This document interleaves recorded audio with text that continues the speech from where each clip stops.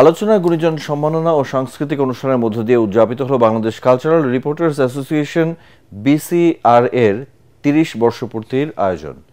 সুস্থ সংস্কৃতি বিকাশে আমাদের করণীয় শীর্ষকে আয়োজনের প্রধান অতিথি ছিলেন জাতীয় প্রেস ক্লাবের সভাপতি কবি হাসান হাফিজ। উদ্বোধন করেন বাংলাদেশ শিল্পকলা একাডেমির মহাপরিচালক রেজাউদ্দিন স্ট্যালিন।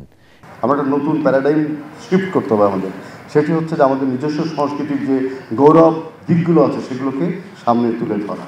আমরা যদি সেটা না করতে পারি কোনোদিনই আমরা বড় হব না।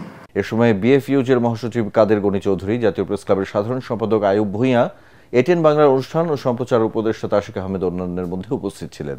এই সুস্থ সংস্কৃতির বিকাশে কি করা উচিত সেই করণীয় দিকটাকে তুলে ধরা, সরকারিভাবে আইন করা দরকার। আমাদের তথ্য মন্ত্রণালয় আছে, তারা এই ধরনের একটা উদ্যোগ নিতে পারেন, কারণ এটা খুবই করণীয় বিষয়।